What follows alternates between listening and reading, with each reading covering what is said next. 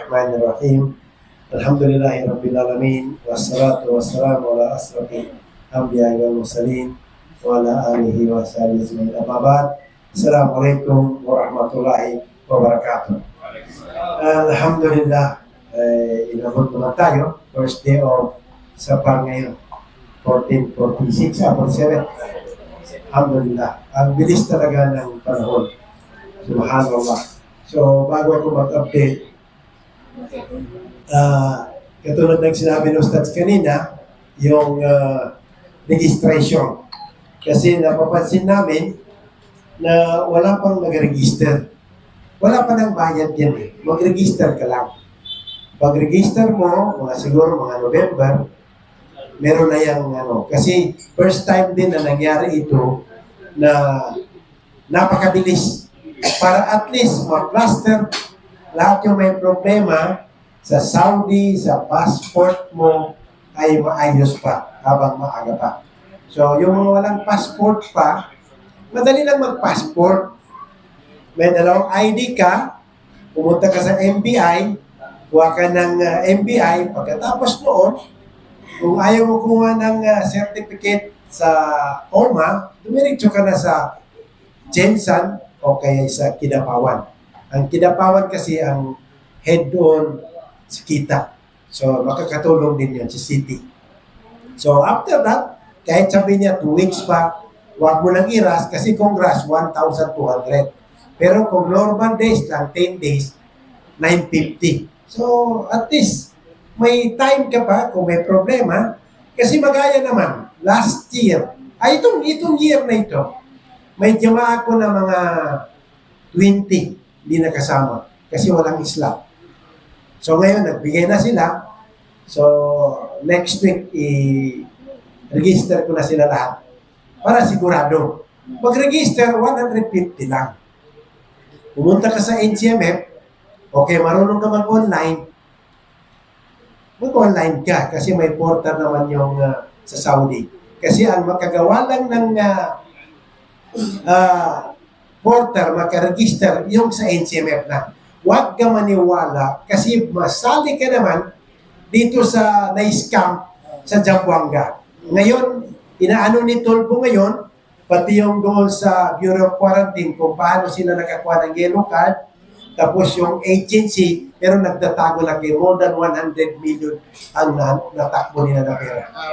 Kasi yung nagsinasabi ko, 65,000. Saan ka makakuha ng 65,000 na mag-hats? Tandaan mo, ang paraiso, mahal. Paraiso yan eh. Eh, yung mga latest na sasakyan nga, mahal din ang down payment. So, yan pa kaya, paraiso ang hinahanap mo. So, wag mo nang maghanap ng mura. Kasi bumurahin mo talaga yan. Lahat sila, ngayon, may gasto sila kaya may hearing. Kinanon si Tulfo sa Zamboanga ngayon. Kaya talagang panagutin nila, pati NCMF. Kasi, ang sole authority na maka-issue ng visa ay ang NCMF. Kung sabihin ng Saudi, MOHO, Ministry of Hajj and Umrah, dapat na. Yan, biwasa. BTA niya, pang siguro 3 asawa. Alhamdulillah. Matagal na kayo nagkita. Alhamdulillah.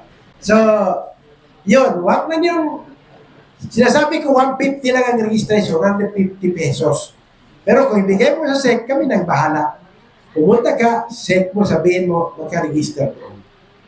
Wala pang bayad yung mutawid, kaya wala pang mutawid. I-prepare mo lang. Tapos yung mga ipahats naman ng nandito sa Bangsamoro Pilgrimage Authority sa BAPA, 500 narinig ko ngayon. 500.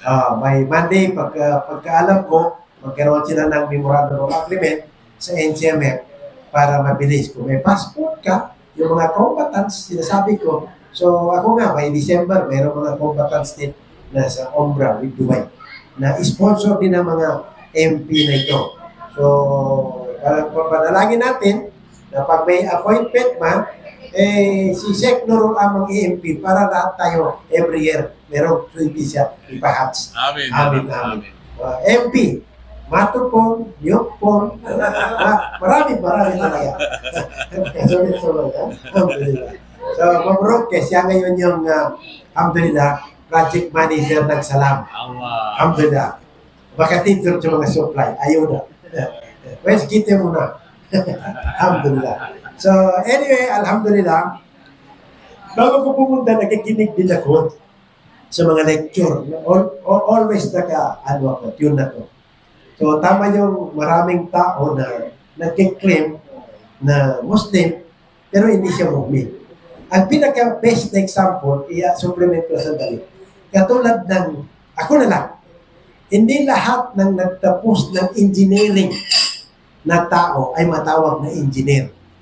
Sa kakamatawag na engineer, mag-sacrifice ka muna sa lahat ng pag-aaral mo, pag-research mo, at kung nakapasa ka sa examination, matawag kang engineer.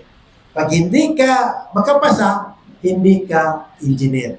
Nakatapos ka na. Katulad din sa Muslim, Muslim ka sa pangalan, pero hindi ka mu'min. Kaya tinatawag lahat yung mga revelation na nandoon sa Madina, nag-i-start ng ya ayyuhal ladzina amanu. Ha? Kayong naniniwala. Hindi katulad sa Makkah na ya ayyuhan nas o mankind. So yan ang pagkaiba. Yung mga ano lang. Anyway, alhamdulillah, itong nakaraan na linggo, nakikita natin. Alhamdulillah, dito sa atin hindi tinamaan. Sa Manila, Pampanga, Laguna, dito sa Tagaytay, subhanallah. Grabe ang tubig. Yung bahay nila, always bubungan lang ang natira. Tinan mo? Tiyobs yun, tiyobs. Kasi sobra na ang hindi. Katulad time ni Prophet Noah a.s. Yung mga tao, inuunsulto si Prophet Noah a.s. ganito, until such time. Kasi china-challenge nila, ito yung bago ngayon. Yung mga tao, china-challenge nila ang Diyos. Eh kung totoong Diyos ka, ipakita mo daw. Mas lalo na sa Amerika ngayon, anytime na mag-challenge lang, automatic dumarating yung mga jobs ng Allah subhanahu wa ta'ala. At hindi lang dito sa atin, sa Pakistan, sa Texas, hanggang ngayon may tubig pa.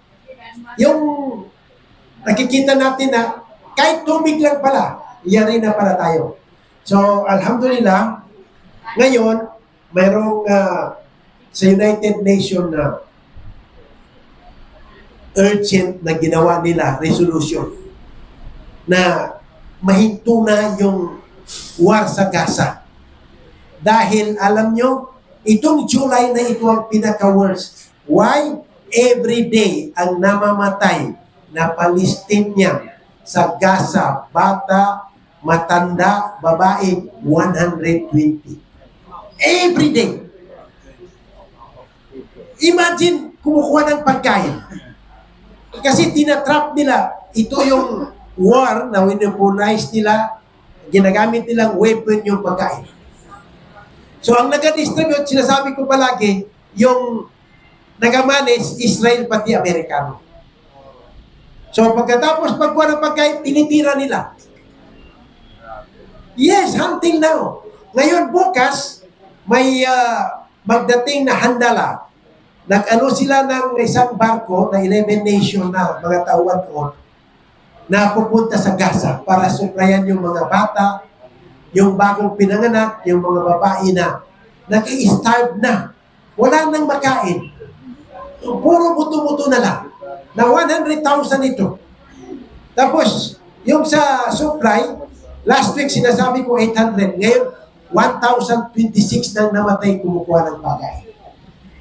Yesterday rin, sa Knesset ng Israel, in-approve nila yung annexation ng West Bank. Yung, Ustad, pinunta natin sa Ibrahim Khalil. In-accession na kanila na.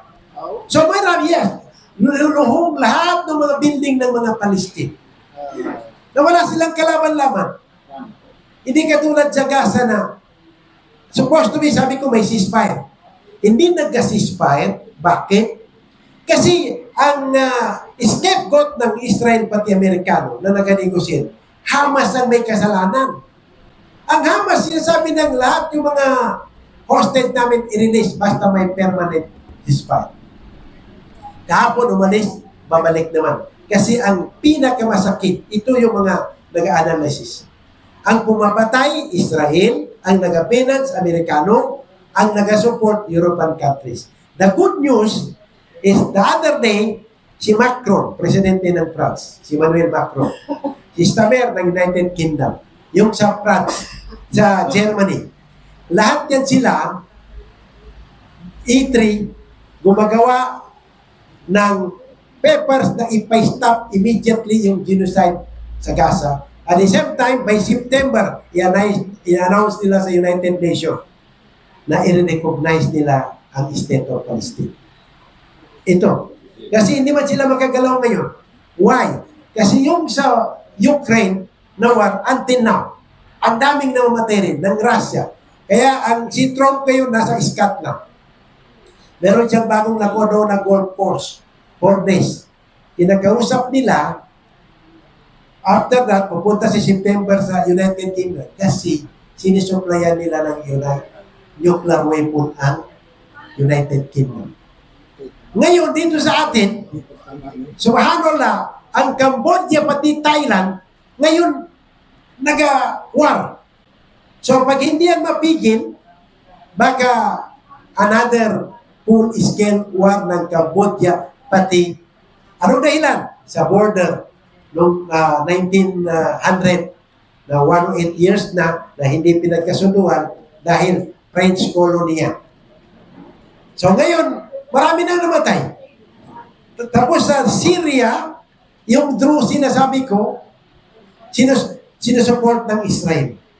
Kasi gusto nilang mag-create ng senaryo.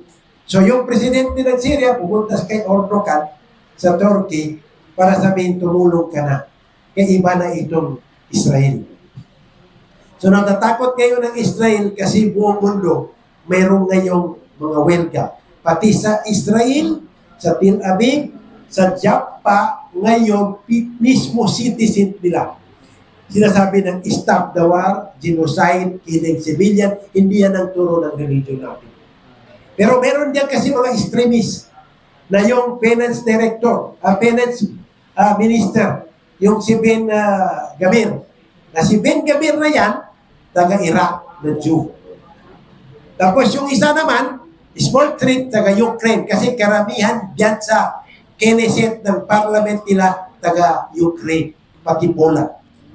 Hindi yan yung original na Canaanites, Palestine. Historically, kaya meron akong yung na-impress na si Clarence, dinidetail na ngayon yung history. Facts sa encyclopedia, pati yung history na ngayon, marami siyang nakalaban kasi nagsasabi ng totoo. Why? Kasi sa narratives, ibig sabihin na natin, pag istorya, ang galing ng mga Jew, Zionists, na mag-invento ng propaganda. Pero alhamdulillah, now, lahat sila nagigising na. Baka ito rin yung plano ng Allah subhanahu wa ta'ala kasi makikita mo talaga yung 2 million na sumula Gaza, nag-aikot, bumbayan dito, hindi makatulong. Eh, sabi ng isang lalaki, tapos ang biro mo, yung Basel,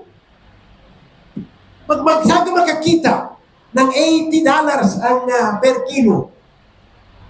Ilang ba yung vertical? In times 4,000. Kasi yung mga pinapabili nila, dinulot doon ng mga tao doon, kaya wala nang makain. Nowhere.